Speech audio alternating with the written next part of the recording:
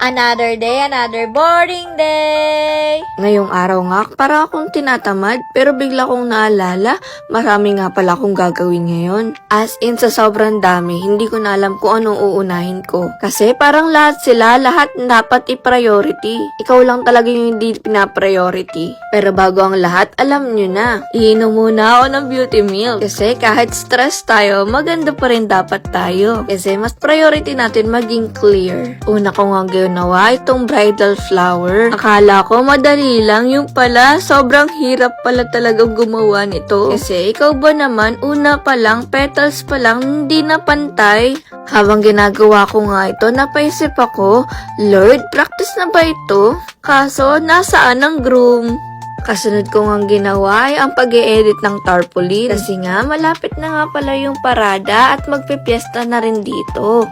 Kaya naman dito talaga ako sobrang na-stress.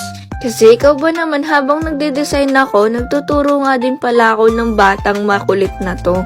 Pagkatapos nga ng 10 oras, natapos ko rin. Thank you, Lord! Last ko nga ginawa itong mga remaining to-do ko. Kasi nga naman, malapit na yung deadline at malapit na itong kunin ng customer. Ang ginagawa ko nga pala is yung mga sticker para sa truck. Mano-mano pa nga itong ginagawa kasi wala pa nga kaming machine.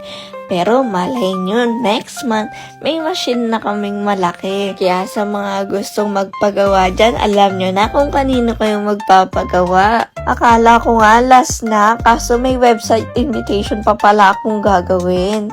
Pwede bang tulugan ko na lang to, tapos matapos na? Hindi nga ako nagsisi na tinulugan ko na lang to, kasi tingnan nyo nga naman, natapos din pala. Ito nga yung result ng tarpaulin natin kanina. So, yun lang. Bye-bye!